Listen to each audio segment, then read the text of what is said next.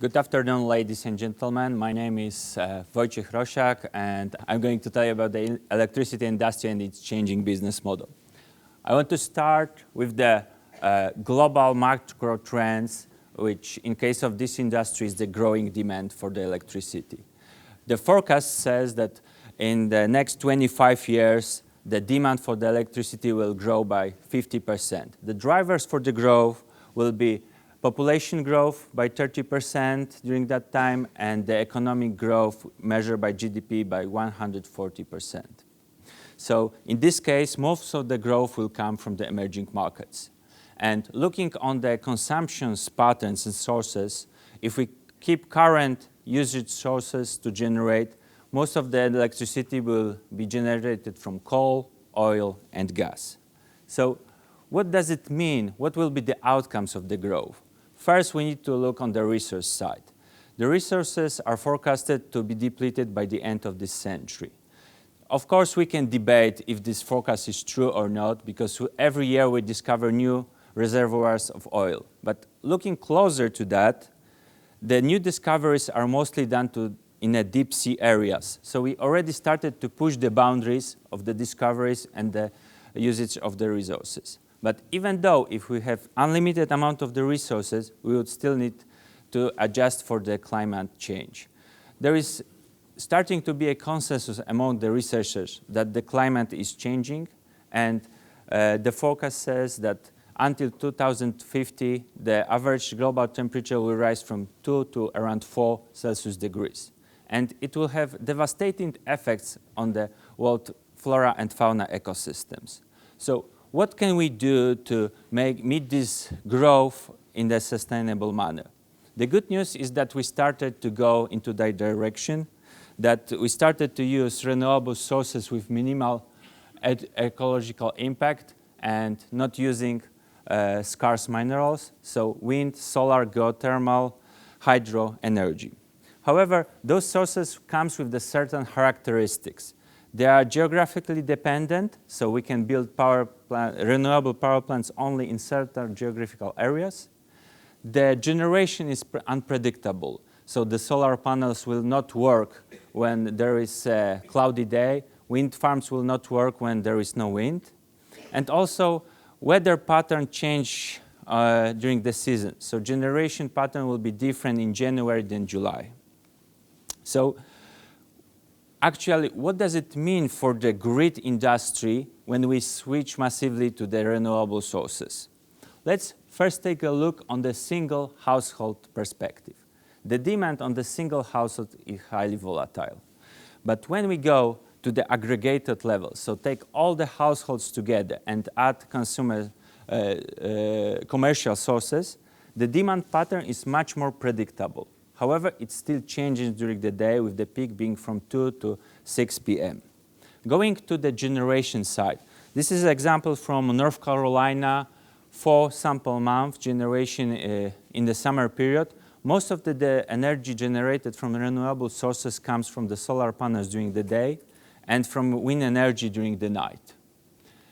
However, looking on how the production meets the demand, on the vertical axis, we have a production relative to the demand. So the thick line refers the demand during the time of the day. We can see that renewable sources produce surplus of the energy in some parts of the day and deficit on the other parts of the day. So how we can address this mismatch of very volatile generation with the changing demand during the day? So first, we can address customers' behavior and incentivize them to use electricity in different ways. To do that, we need another infrastructure layer providing information. One of the components, key components, are smart meters, which replace traditional meters and provide real-time information on usage of energy, both to the utility side and both to consumers. Based on that information, utility companies, energy suppliers may provide customized tariffs which differ the price of the electricity during the day, incentivize users to use that off-peak hours energy. When we go one step further, we can introduce demand response signals. These are signals generated on the utility level, which automatically control the usage of electricity at the household level. For example, in Toronto was introduced Power Saver program, where utility could control on a household level the usage of air conditioning and water heating to switch it off in terms of grid distress. Another example of empowering customers to use energy differently is building home area networks. This is a family of standards of connectivity inside the house, which on one hand uses the data from the smart meters and the tariffs, and on another hand allows the connectivity between all the home appliances, so electric cars, refrigerators, dishwashers, that can change dynamically the usage of energy and actually allow automatically adapt to the new tariffs. And last but not least, we can incentivize consumers to produce energy, to also go to renewable generation and become less dependent of the grid, and in industry jargon to become a prosumers. On the grid side, we need to install storage capacity. So in times of the surplus, we need to store energy from renewables and use it in the changing weather when there is a deficit of energy. The storage technology is available for more than 100 years. We started to build so-called pumped hydro facilities, which pump water on a certain altitude during the surplus hours, and then use this water to move the turbines to produce electricity in the deficit hours. This storage accounts currently for 99% of storage. Other sources, meaning batteries, are only 1%, but it's a fast-growing segment. We can imagine that with the proliferation of the electric vehicles, this storage will be much more available. However, if we want to fully switch for renewable generation, we would need to increase the storage capacity in the grid by more than 2,000 times.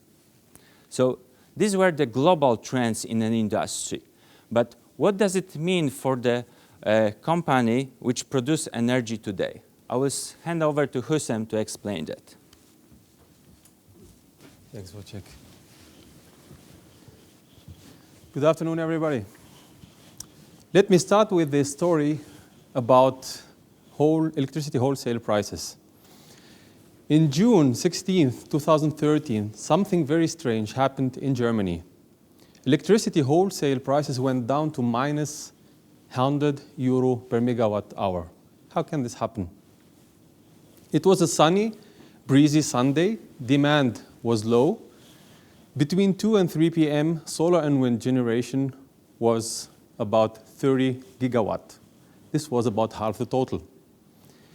In the peak hour, generation was about 50 gigawatt, more than 45 gigawatt, the maximum amount that can be sustained by the distribution grid without becoming unstable.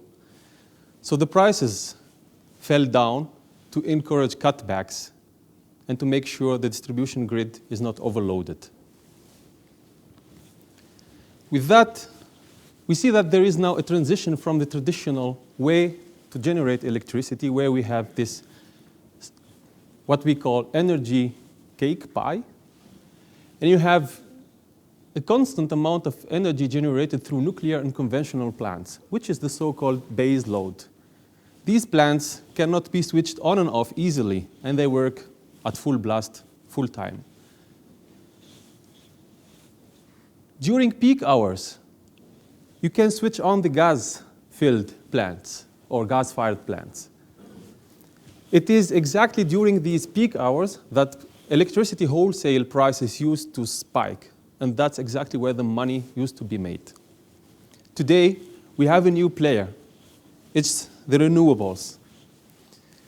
You see now that the wavy part in the cake is not on top anymore. It's here. But why the renewables are on the bottom? Because of two characteristics. First, they enjoy zero marginal cost. It costs nothing to produce an additional amount of power out of solar or wind energy. Second, they enjoy grid priority. They enjoy subsidies and tariff-ins from the regulators to encourage deployment of renewables. So therefore, they are the first to be served or the first to be bought from. Not only they put an excess in terms of supply, but also they push the conventional and nuclear plants to the top. And there, you have capacity that is not needed anymore, let alone the distribution grid, who is not sustainable enough with such an amount of power. So the prices, the wholesale prices, the electricity wholesale prices fell down, and so did the profitability of the traditional utilities. In 2008, the 20 top European utilities were worth 1.3 billion euros. During last years, their market capitalization fell down by more than 500 billion euros. Since 2009, this sector is seen as the worst sector according to Goldman Sachs index for global share prices. Obviously, utilities are facing huge problems. So what will be their role and place in the future of the energy sector? First of all, we see now many countries, in particular in Europe, and in particular in the developing world, who are piecing together a new system, a new energy system, in which there will be more low carbon and volatile generation, in which there will be more energy sources, small generators, in which there will be more modern plants, obviously replacing the traditional coal and nuclear plants, in which there will be more and better storage, and in which there will be more trading across country borders.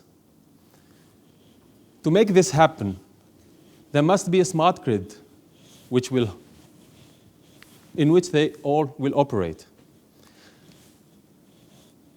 And in this new world, the utilities will have three vital roles. First one, aggregators of electric energy.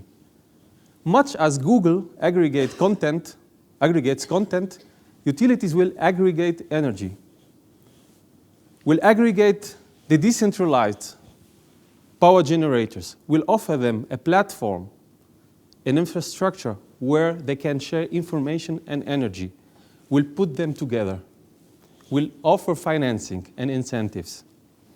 The second most important role, there will be service and solution providers, customer-centric, generating a revenue stream out of that. What does this mean? We expect the future of energy to be like a marketplace, like an Amazon today or an eBay. They will offer the prosumers, the consumers of yesterday who will be the producers of tomorrow, the possibility to sell and buy the energy at the lowest price possible. Third, centralized energy generation from conventional power sources will not disappear, as it will be needed as backup for renewables. So obviously, the utilities will play the role of the energy sources of last resort. So let's go to the business models. The old business model, there we have a few large players with mainly centralized generation, huge power plants. The skills that were needed are more how to build and operate these plants and how to radiate or distribute energy from a central point to the consumers. Third, the margins came from generation, in particular in peak hours. A little coordination was needed, obviously because they were operating through the value chain, and also because some part of the value chain was outsourced, like the transmission part. Last, it was an asset-heavy industry with high capital or capital-intensive. In the future, we see consumers becoming prosumers. The most attractive segment will not be generation anymore, but services. The skills needed are skills to operate the grid, to predict with data analysis. The skills will be needed also to know how to attract customers and how to offer the best solution and services. The margins will be done out of services and solutions, obviously. A lot of coordination will be needed, since first, they have to coordinate with the regulators and with the policymakers to make the deployment of the infrastructure happen, of the smart grid.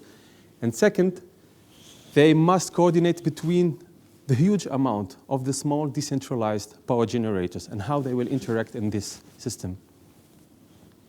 Last, it will change from a capital-intensive, asset-heavy industry to a less capital-intensive, asset-light industry focusing on services. To make an illustration of this, let me tell you about the most radical response of a utility that is already going this direction, which is E.ON in Germany, a giant with more than 60 gigawatts of assets, has now split off the conventional generation part of its business, and in future will focus only on distribution, renewables, and customer solutions. These are the three pillars for E.ON in the future. The conventional generation part is away. To make this energy transition happen, 3 points are very important. First, technology. Second, regulation. And third, socioeconomic. Obviously, technology, because there will be no smart grid without the ICT infrastructure.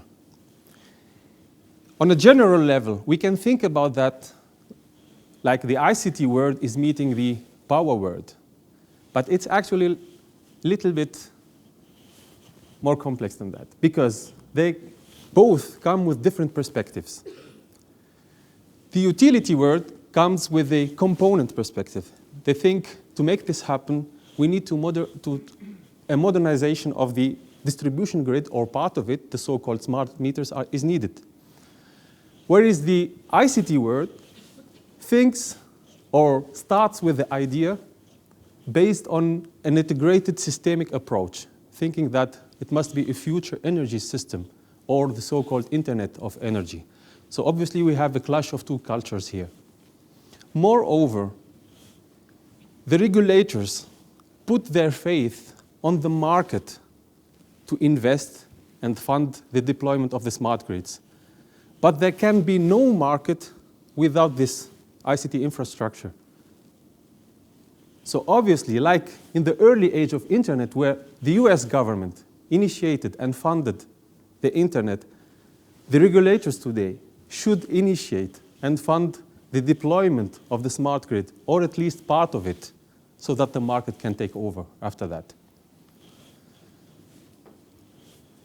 Last, but also an important point, to make this happen, the market design should change. And in order to be able to value flexible generation more than it does today, accordingly, new trading regulations have to be adapted. With that, I would like to conclude and invite my colleague Wojciech back to answer your questions.